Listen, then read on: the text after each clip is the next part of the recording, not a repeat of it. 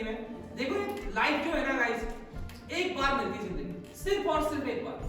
और इस एक बार की जिंदगी में ना सबसे पहला जो पड़ाव आपका 12th तक का पड़ाव। इस 12th तक के पड़ाव में आप क्या करते हो, प्राइमरी एजुकेशन अपनी ग्रहण करते हो, 12th तक के सर्टिफिकेट लेते हो। पहला सर्टिफिकेट आप हाई स्कूल लेते हो, दूसरा क्या लेते हो 12th। हाई स्कूल और 12th क्या होता है आपका जिंदगी भर चलता है। फिर आगे जो ये 12th, इस समय आप 12th में हो, आप लोगों को ये लास्ट आपका सर्टिफिकेट है, लास्ट स्कूलिंग है। 17 इयर्स आपको कंप्लीट हो जाएंगे। अब आप इसके बाद आप इतने परिपक्व हो कि भारत सरकार भी आपको वोट देने का अधिकार देती है। सबसे पहले 18 साल क्या होती है, मिनिमम एज होती है। मैच्योरिटी की मिनिमम एज 18 साल मानी जाती है, तो आप उस एज में पहुंचने वाले हो। अब यहाँ पे आपको लाइफ का जो डिसीजन है वो बहुत अच्छे से लेना है। सबसे पहली चीज, आप जितने भी लोग यहाँ बैठे हैं सबकी फैमिली कंडीशन अलग है, सबके परिवार अलग है, सबका पर्यावरण भिन्न है, सबके घर का माहौल अलग है, सबके पेरेंट्स कुछ अलग अलग चीजें करते हैं। तो आप सब एक जैसे कभी नहीं हो सकते। तो सबसे पहले करियर चुनने से पहले ये कभी ना करें देखा देखी कि अरे यार उसकी लड़की करी नर्सिंग करी, अरे कभी नहीं। उसका क्या कर रहा, अरे वो तो आईएसपी बन गई वहां पे, उसने क्या किया था, अरे बीए का था, आईएएस की तैयारी की थी, वो बन गई, अच्छा मैं भी करूं। तो ये जो एक दूसरे की देखा देखी करके हम लोग अपने करियर चुनते हैं, सबसे बड़ा प्रॉब्लम यही है हमारी लाइफ में। हमें सबसे पहले अपने आप को देखना है। अपने आप को कैसे देखना है कि आपके अंदर क्या स्किल है, आपके अंदर क्या टैलेंट है। भगवान जब इस पृथ्वी में सबको भेजता है ना, हर एक के अंदर कोई ना कोई हुनर देके भेजता है। आप में से कोई बोलने में बहुत अच्छा होगा, आप में से कोई डांस म्यूजिक में बहुत अच्छा होगा, आप में से कोई स्पोर्ट्स में बहुत अच्छा होगा, आप में से हर चीज, हर एक के अंदर की क्वालिटी डिफरेंट है। बट सिर्फ और सिर्फ आपको क्या जरूरत है, उस क्वालिटी को पहचानने की कि क्या वो क्वालिटी आपके अंदर। देखो आप इस धरती पर हो तो कुछ ना कुछ टैलेंट तो आया है आपके अंदर, बिना टैलेंट का कोई नहीं होता। बस सिर्फ उस टैलेंट को आपको पहचानना है और उसी को अपना करियर बनाना है। उसको करियर बनाओगे तो आप कभी भी मार नहीं खाओगे जिंदगी में, हमेशा सक्सेस करोगे। और अगर आप वो करियर चुनते हो जिसका आपके अंदर टैलेंट नहीं था और आपने करियर चुन लिया, फला की बेटी वो कर रही, अग्रडायरेक्ट बेटा एक ही कर रही, चाचा चाची ताऊ ताई, तमाम सारे बहुत सारे लोग जब मिल जाते हैं ना, वो अलग अलग सजेशन देने लगते हैं। तो वो उसके बाद क्या होता है, उनके सजेशन के बल पर आप आगे चलते हो और वही प्रॉब्लम आपके लिए आती है जब आप करियर ऐसा चुन लेते हो उस करियर के लिए आप एप्रोप्रिएट थे ही नहीं। तो अब इसके लिए आपको छोटा सा वाक्य सुनाता हूं। फॉर एग्जांपल, आपके पेट में दर्द हो, ठीक है, आपके पेट में दर्द हो और आप अपनी गली के साइकिल मैकेनिक के पास गए और साइकिल मैकेनिक से बोला कि भैया पेट में दर्द हो रहा है, मैं परेशान हूं, क्या करूं।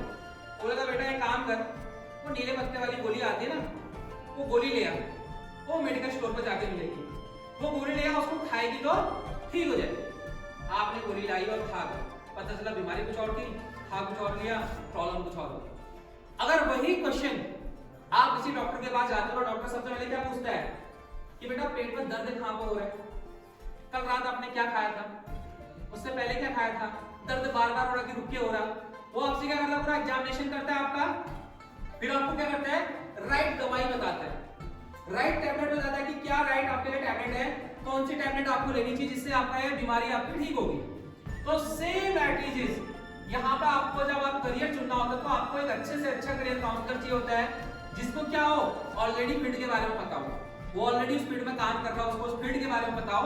तो आपसे क्या पूछेगा कि बेटा अच्छा आपकी फैमिली में पापा क्या करते हैं, कि बेटा आपकी मम्मी क्या करती है, भाई बहन कितने हो, हाई स्कूल के मार्क्स क्या थे, 12th के मार्क्स क्या थे, कहाँ रहते हो, क्या करते हो। जब आपका पूरा एक साइकोलॉजी समझ जाएंगे तो क्या होगा, उसके बाद आपको बताएंगे कि आपके लिए ये रास्ता बेहतर है, आपके लिए कौन सा रास्ता बेहतर है, वो कौन बताएगा आपको, आपके राइट करियर काउंसलर जो आपके लिए, जिसको ऑलरेडी फील्ड की नॉलेज होगी। तो क्या होगा, चाचा चाची ताऊ ताई क्या बताएंगे कि बेटा अरे वो फला फला की लड़की ने तो वो किया, वो नर्सिंग करके सिलेक्ट हो गई, अरे एडम किया उसने, अरे ये किया, अरे वो किया। वो क्या बताएंगे अपने एक्सपीरियंस से, वो क्या बताएंगे, लेकिन उसको क्या करना, फैक्ट नहीं बता पाएंगे। तो आपको क्या करना है, पहले तो सही बंदे से हमेशा सलाह लेनी है, go to your right doctor हमेशा। जो कोई भी, अगर मान लो आप यहाँ पे बैठे हो, आप बोलो यार मुझे आईएएस करना है, मुझे आईएएस बनना है। अब अपने चाचा ताऊ से बोलो या अपने भाई से बोलो, बहन से बोलो मुझे आईएएस बनना है, तो क्या बोलेगा, शक्ल देखिए अब आईएएस बनेगी। पता भी आईएएस का पेपर कितना टफ होता है, तुमने कभी नहीं दिया इसका पेपर, पता है कितना टफ होता है। आप पूछ लो सर आपने देखे हैं, आपने दिया है, आपको पता है कितना टफ होता है, क्या उसका सिलेबस होता है, क्या उसका क्या रहता है। वो क्या कहता नहीं, क्योंकि उन्होंने क्या सुना है सबसे कि आप तो बहुत टफ एग्जाम। वो सुनते सुनते सुनते क्या हुआ, एक लाइन बन गई और वो बन के क्या हो गया आपका आपको ये क्या है, बस तेरे बस की। अब यही क्वेश्चन तुम किसी डीएम से पूछो, वो क्या बताएगी आपको, वो आपको बताएगी हाँ बेटा ऐसे हो सकता है, ये मैंने बुक्स पढ़ी थी, ये रेफरेंस बुक है, ये बुक मैंने पढ़ी थी, इतने घंटे मैंने प्रिपरेशन की थी, हो सकता है। वो आदमी जिससे आप बोल रहे थे वो आपको 10 ऐसे रीजन दे देगा आप क्यों आईएएस नहीं बन सकती, ठीक है। और वो आईएएस आपको क्या देगी कि आप कैसे आईएएस बन सकते हो, आपको 10 एग्जांपल दे देगी। तो always go for your right doctor. Career की सलाह, हर चीज की सलाह के लिए go to your right doctor. अब बात करते हैं और आज की डेट में क्या क्या करियर्स अवेलेबल है, ठीक है। सबसे पहले बायोलॉजी वाले कितने हैं, बायो वाले, ठीक है। और बाकी मैथ्स वाले, ह्यूमैनिटीज वाले कितने हैं, आर्ट साइड, और कॉमर्स भी है यहाँ पे नहीं। तो रेशियो आपका जो है, जिस रेशियो में आप हम लोग हैं, हम आपको उसी रेशियो से बताते हैं। सबसे पहले जो ज्यादा रेशियो होगा आपका ह्यूमैनिटीज वालों का, आर्ट्स वालों का। अब जब 12th हम लोग करते हैं ना, 12th करते हैं और जैसे ही हम लोग आर्ट साइड लेते हैं या साइंस लेते हैं या बायोलॉजी लेते हैं, तो हमारे माइंड में एक अलग सा चक्री चलता है, अरे यार उसने तो कॉमर्स ले रखी है, अरे उसने तो वो उसको नहीं पढ़ना, उसने आर्ट्स ले रखी, अरे वो पढ़ने में वो ठीक ठाक थी, उसने साइंस ले रखी। ये होती ना भ्रांति माइंड में। आपको मैं आज ये बता दूं कि ऐसा कोई करियर नहीं है जिसमें आप सब लोग नहीं जा सकते, सिर्फ कुछ फील्ड को छोड़कर। जैसे डॉक्टर सिर्फ बायोलॉजी वाला ही बन सकता है, उसमें मैथ्स वाला, कॉमर्स वाला, आर्ट्स वाला कोई नहीं जा सकता। कुछ फील्ड को छोड़ के नर्स बायोलॉजी वाली बन सकती है, उसके अलावा इतने सारे फील्ड सब में हर कोई बच्चा जा सकता है। जैसे मैथ्स वालों के लिए क्या हो गया, इंजीनियरिंग मैथ्स वाला ही कर सकता है, आर्किटेक्चर मैथ्स वाला ही करेगा, लेकिन उसके अलावा जो और फील्ड्स में सब जा सकते हैं। हर किसी के लिए आज की डेट में जो एजुकेशन सिस्टम है, हर किसी के लिए रास्ते हैं। तो सबसे पहले मैं आर्ट साइड से स्टार्ट करता हूं कि आर्ट्स वालों के लिए क्या क्या ऑप्शन रहते हैं आज की डेट में। सबसे पहले मैं यहीं से लेके जाता हूं आर्ट वाले बच्चों को। मान लो आपने आर्ट साइड लिया और आपको आप हॉस्पिटल में जॉब करनी है, हॉस्पिटल में आपको नौकरी करनी है, तो आपके लिए क्या क्या ऑप्शन है। पहला ऑप्शन है BHA, bachelor in hospital administration.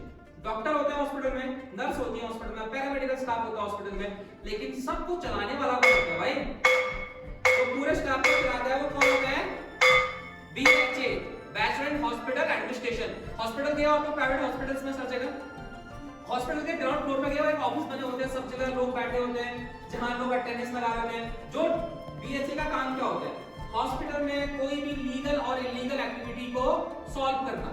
Legal illegal यानी कि जैसे फॉर एग्जांपल कोई आया व्यक्ति, उसकी वहीं आके डेथ हो गई, अब क्या होगा, उसका पोस्टमार्टम होगा, उसका प्रोसेस होगा, कौन पूरा करेगा, BHA वाला।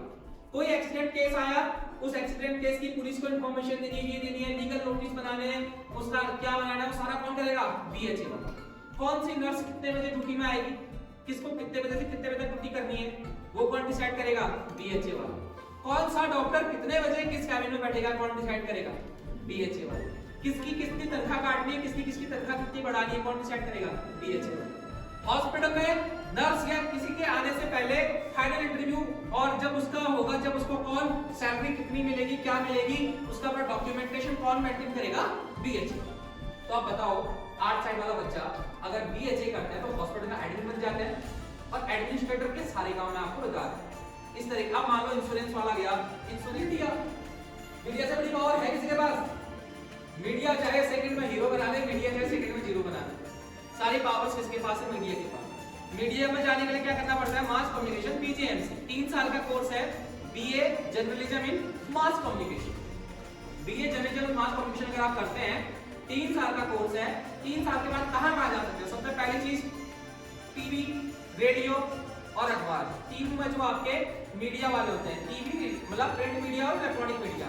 इलेक्ट्रॉनिक मीडिया में क्या आता है, टीवी और रेडियो। रेडियो में आता है radio jockey, Rajesh radio jockey, ये वो तमाम बोलते हैं, आरजे ये, आरजे वो, आरजे ऐसा, आरजे वैसा बोलते हैं ना।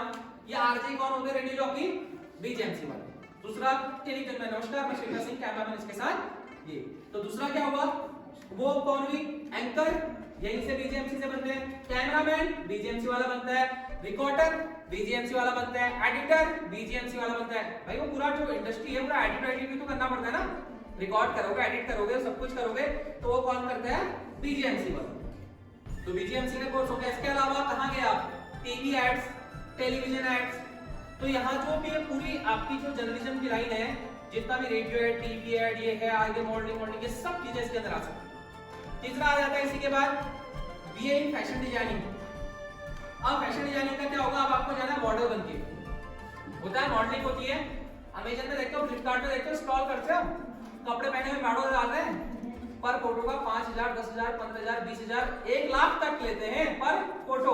अब सोच लो कितनी फोटोज उनकी जा रही है और कितना पैसा लेके जा रहे हैं कपड़े पहनने का। सब मॉडल्स होती है, ऐसी साबुन का ऐड आता है उसमें मॉडल्स आती है, अगरबत्ती का ऐड आ रहा है उसमें मॉडल आ रही है, गाड़ी का ऐड आ रहा है उसमें मॉडल आ रही है, चाहे कोई इवेंट हो रहा वहां पर मॉडल जा रही है, हर चीज में मॉडलिंग जो भी जा रही है।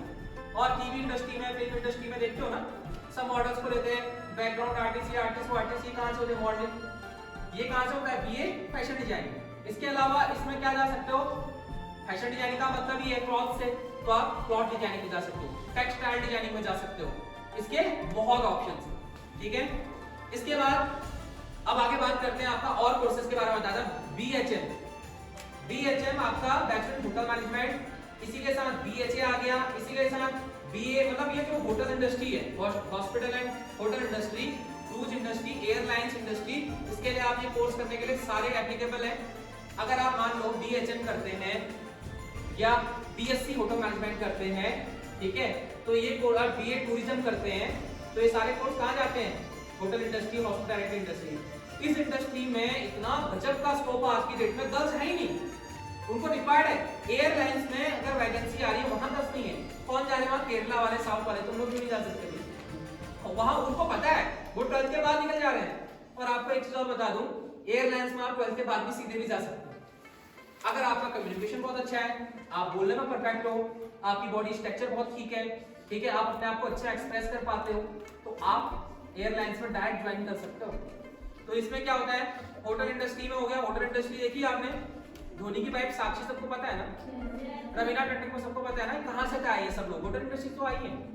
ऐसी बहुत सारी हीरोइन आई है, बहुत सारी, अक्षय कुमार भी होटल इंडस्ट्री आया, होटल में तो शेफ था, धोनी की वाइफ साक्षी भी होटल में थी ताज में। ऐसी बहुत सारे लोग हैं जो होटल इंडस्ट्री। और आपको मैं बता दूं, होटल नाम लेके हमारे यहाँ के लोग सोचते हैं यार होटल, यार होटल में चिल काम करने, देखो भी चिल को होटल में कर रहे हैं, किस बोल रहे हैं गोवा वाले, यार भी चिल का काम करने होटल में करने हैं, तो देखो बताओ का शू होटल में, अब वो होटल का करने हैं, दिल्ली जा रहे हैं होटल में, क्या पुराना ताज पुराना होटल ना, अब वो क्या कहेगा, वो बिगड़ गई होता है होटल में जाना, उसने जिंदगी में ताज के अंदर ऐसे पैर नहीं रखा होगा, समझ रहे हो, मतलब आई कैन गारंटीड कि 5 स्टार होटल में शायद कभी जिंदगी में देखा हो जो ऐसे कमेंट्स करते हैं, उन्हें पता ही नहीं जिंदगी कहां पहुंच गई है, वो आज भी उन पुराने विचारों में जी रहे हैं, ये होता है, ऐसा होता है, वो होता है, वो सारा वही चलते आ रहे हैं। लेकिन आपको पता है होटल इंडस्ट्री सबसे सेफ इंडस्ट्री है, होटल इंडस्ट्री बहुत सेफ इंडस्ट्री है, यहाँ पे आपको खाना पीना रहना, आपको हर सुविधा मिलती है।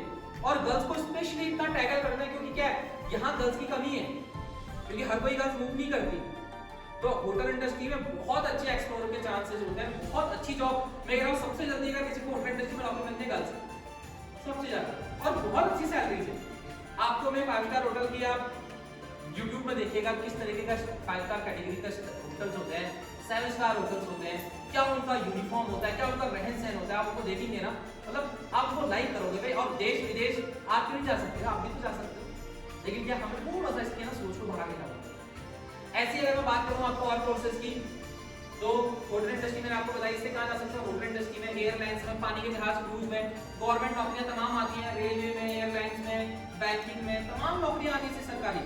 और सरकारी नौकरी के लिए मैं आपको एक चीज को क्लियर कर दूं, एनी ग्रेजुएट कैन अप्लाई लिखा होता है हर जगह, एनी ग्रेजुएट कैन अप्लाई, यानी कि कोई भी ग्रेजुएट अप्लाई कर सकता है, वहां कोई ऐसा नहीं कि स्पेशली ये मास कम्युनिकेशन वालों की जॉब है, ये इसकी जॉब है, उसकी जॉब है, एनी ग्रेजुएट कैन अप्लाई, कोई भी अप्लाई कर सकता है, ठीक है।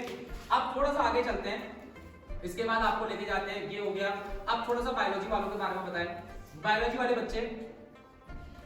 बच्चों के पास सबसे पहले चांस क्या है, बायोलॉजी वालों के पास सब सोचते हैं मैं डॉक्टर बनूं, ठीक है, सबको डॉक्टर बनना होता है बायोलॉजी में।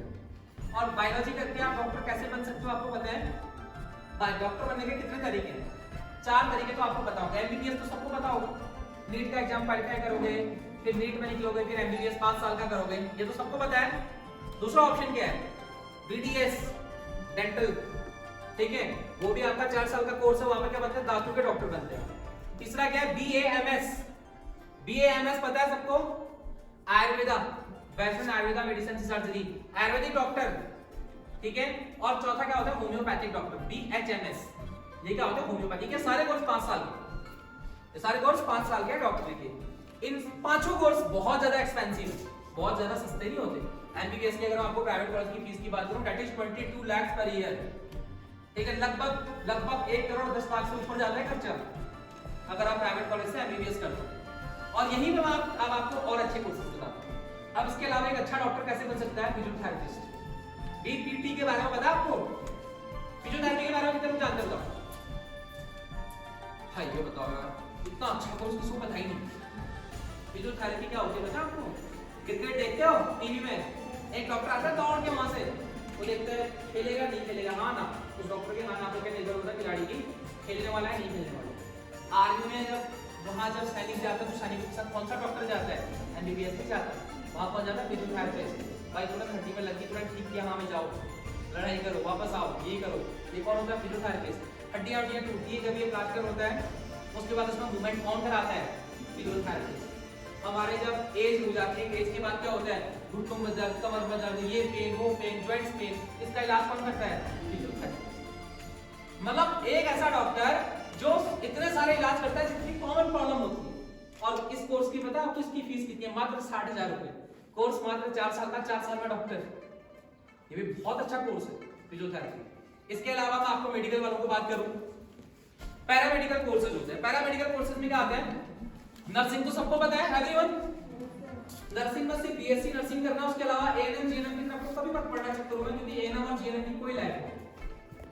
एएनएम और जीएनएम सरकार बंद कर चुकी है, अगर आपको फ्री करा दें तो एएनएम जीएनएम को चेक करो मत रहना। एएनएम जीएनएम के जो कोर्सेज है गवर्नमेंट ऑफ इंडिया बंद कर चुकी है, अभी स्टेट लड़ रहे हैं इस कोर्स के लिए, क्योंकि एएनएम में क्या होता है, art side, science side, commerce कोई भी आ सकता है, और जीएनएम में लेकिन क्या होता है, आप कोर्स तो कर लेते हो लेकिन बाद में प्रॉब्लम आती है नौकरी में, फिर वो बेचारे 5,000, 6,000, 7,000, 8,000 में ही जिंदगी भर घूमते रहे, क्योंकि उसकी सरकारी वैकेंसी। बीएससी नर्सिंग बायोलॉजी वाले बच्चे कर सकते हैं, 4 साल का कोर्स है, वहां अच्छी लाइफ है नर्सिंग, ठीक है। इसके अलावा पैरामेडिकल कोर्सेज की मैं आपको बात करूं, खून की जांच होती है, पैथोलॉजी लैब, इस कोर्स का नाम है बीएमएलटी, ये भी 3 साल का कोर्स है। यहाँ क्या होता है, पैथोलॉजी की जांचें, खून की जांचें करते हैं लोग, ठीक है। इसके लिए आपका मैथ्स, ये बायोलॉजी वाले बच्चे कर सकते हैं। Radiology, x ray, CT scan, MRI, ultrasound करने वाले होते हैं, इसको बोलते हैं रेडियोलॉजी, ये भी 3 साल का कोर्स है, इसको भी बायोलॉजी वाले बच्चे कर सकते हैं। ऐसे ऑप्टोमेट्री, आंखों का चश्मे, आंखों में क्या है, कितनी, कौन सा चश्मा लगेगा, कौन सा ये लगेगा, ये कौन डिसाइड करते हैं, ऑप्टोमेट्री वाले, ये भी आपका 3 साल का कोर्स है। ऐसी operation theatre technology, BSc operation theatre technology, ये कोर्स कौन सा है, ऑपरेशन थिएटर में जो टेबल रखी जाती है, उस टेबल पर जो इंस्ट्रूमेंट चलाए जाते हैं, वो क्या होता है, ऑपरेशन थिएटर टेक्नोलॉजी का कोर्स। वो भी बहुत अच्छा कोर्स है, रेयर बच्चे इसमें आते हैं, और ये भी बहुत अच्छा वाला एक्सपेंसिव, और एक कोर्स करने के बाद आपको अच्छी जॉब मिलती है। इसके अलावा अगर बात करें, अब थोड़ा सा मैथ्स वालों में बात करते हैं, और एक आपको एक ऐसा कोर्स बताना चाहूंगा जिसका उत्तराखंड वाले बच्चे बहुत कम आ रहे हैं, हम लोग को बड़ा बेकार लगता है, उत्तराखंड के बच्चे नहीं आते। आपको आर्किटेक्चर के बारे में कितने बच्चों को पता है, आर्किटेक्चर उनको पता है, बहुत बढ़िया। क्या होता है आर्किटेक्चर, हाँ ठीक है, बहुत बढ़िया बात है, ठीक है बैठ। आर्किटेक्चर करते कैसे हैं, कोर्स क्या होता है, कौन से कोर्स, किस कोर्स को करके करके आर्किटेक्चर,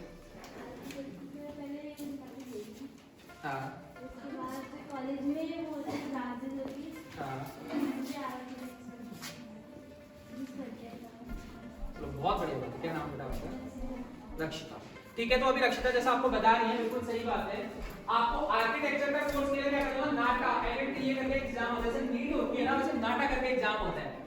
ये एग्जाम होता है फरवरी के महीने, बायोलॉजी और मैथ्स दोनों बच्चे इस एग्जाम को कर सकते हैं, बायोलॉजी वाले और मैथ्स वाले। इस एग्जाम को करने के बाद अगर आप एग्जाम क्वालिफाई कर जाते हो तो आपको आर्किटेक्चर में एडमिशन मिलता है, अदरवाइज आप डायरेक्ट एडमिशन नहीं ले सकते। दूसरा, जेईई मेंस का पेपर, जेईई एडवांस निकालना पड़ता है, लेवल 2, अगर वो आपने दे दिया है तो उसके बाद आप आर्किटेक्चर में एडमिशन ले सकते हैं। आर्किटेक्चर कोर्स और बीटेक सिविल दोनों में डिफरेंस बहुत बड़ा है। आर्किटेक्चर वाला बच्चा जब आप आर्किटेक्चर कंप्लीट कर लेते हो तो आपको नगर पालिका सर्टिफाइड करती है। आपने देखा हल्द्वानी में कोई मकान वाला होता है, नक्शा पास कराने जा रहे हैं, आर्किटेक्ट इतने पैसे लेगा, बोलते हैं ना, वो नक्शा पास कराने किसके पास जाते हैं, इसी आर्किटेक्ट के पास, ठीक है। ये आर्किटेक्ट क्या होता है, सर्टिफाइड। 5 साल का कोर्स है आर्किटेक्ट, 4 भी नहीं 5 साल का, और इस कोर्स को करने के बाद आपको घर बैठे बैठे पैसे मिलने लग जाएंगे। यहाँ आपके एरिया में शायद ही कोई आर्किटेक्ट होगा जो आर्किटेक्ट करा होगा, इसके बाद इसमें एक सेकंड कोर्स आता है बी डिजाइन, उसको कोई भी बच्चा कर सकता है, आर्ट साइंस कॉमर्स हर बच्चा कर सकता है बी डिजाइन। क्या बोलते हैं? Interior designer. आर्किटेक्ट ने नक्शा बनाया, सब कुछ बनाया, अब उसका इंटीरियर डिजाइन करना है। कौन सी टाइल लगेगी, क्या लगेगा, कहां पे कौन सा वॉश बेसिन लगेगा, कैसा लगेगा, क्या उसका डिजाइन होगा, बी डिजाइन का कोर्स होता है। ये कोर्स भी बहुत अच्छा कोर्स है, 4 साल का होता है, इसको भी कोई बच्चा कर सकता है। इस कोर्स में भी आपको बहुत बेनिफिट मिलता है। इसके अलावा आपको अगर बात करूं मैं एलाइड साइंसेस की, एलाइड साइंसेस में कौन सा आता है? बीएससी एग्रीकल्चर के बारे में बताया सबको? बीएससी एग्रीकल्चर बताया, एग्रीकल्चर बायो और मैथ दोनों बच्चे कर सकते हैं एग्रीकल्चर का कोर्स, और आपके का बहुत अच्छा स्कोप है एग्रीकल्चर का भी, बहुत अच्छा स्कोप, ठीक है। एग्रीकल्चर में भी बहुत अच्छी जॉब है। एग्रीकल्चर में देखेंगे खेती करनी है आपको, भाई खेती के उपकरण में आने का हॉर्टिकल्चर, आप ट्रैक्टर देखते हो, नई नई मशीनरी आ गई, ऑटोमेटिक बात चल रही है और ऑटोमेटिक उसके सारे गेहूं कट जा रहे हैं, धान अलग हो जा रहा है, सब अलग हो जा रहा है, ये सब कहां से आ रहा है? हॉर्टिकल्चर। फॉरेस्ट्री, फॉरेस्ट्री यहाँ के बच्चे उत्तराखंड के बहुत कम आते हैं सब फॉरेस्ट्री के लिए। नॉर्थ इंडिया के सारे बच्चे कहते हैं फॉरेस्ट्री जंगल में क्या है, कौन सी जड़ी बूटी है, कौन सा पेड़ क्या है, ये फॉरेस्ट्री की लाइन है। यहाँ पे बहुत अच्छा स्कोप है आगे को, ठीक है। सरकारी नौकरी लग के आईएफएस ऑफिसर बनते हैं, एसी से बनते हैं, बीएससी फॉरेस्ट्री से। इसके बाद आपके अब कुछ क्वेश्चन आप मुझे पूछ सकते हैं अलग अलग कोर्सेज के, क्योंकि 15 मिनट है आपके पास, जिसको जो क्वेश्चन करना है आप वो पूछिए।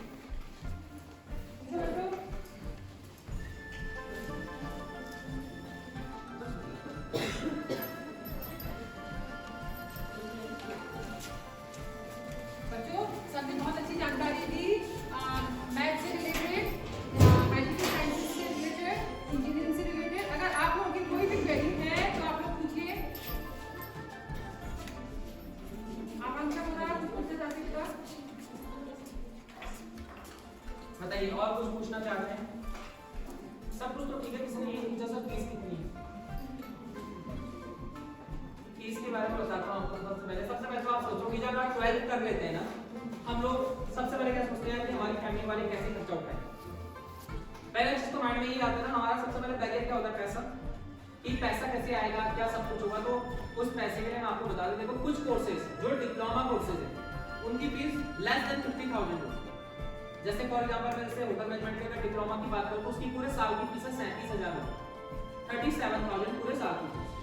ऐसी जो है डिप्टे डिप्लोमा कोर्सेज में की फीस होती है 50, 40, 50, 40, 50 साल की फीस। और जो ग्रेजुएशन वाले कोर्सेज में की फीस होती है 60, 70, 60, 70 साल की फीस। अब यहाँ पे क्या है? यहाँ पे मिलता है आपको स्कॉलरशिप। स्कॉलरशिप का क्या होता है? हम लोग देते हैं मेरिट बेस्ड स्कॉलरशिप, यानी कि आप अगर 90 प्लस लाते हैं, अगर आपके एग्जाम में 90 प्लस मार्क्स आते हैं, यू आर एब्सोल्युटली फ्री।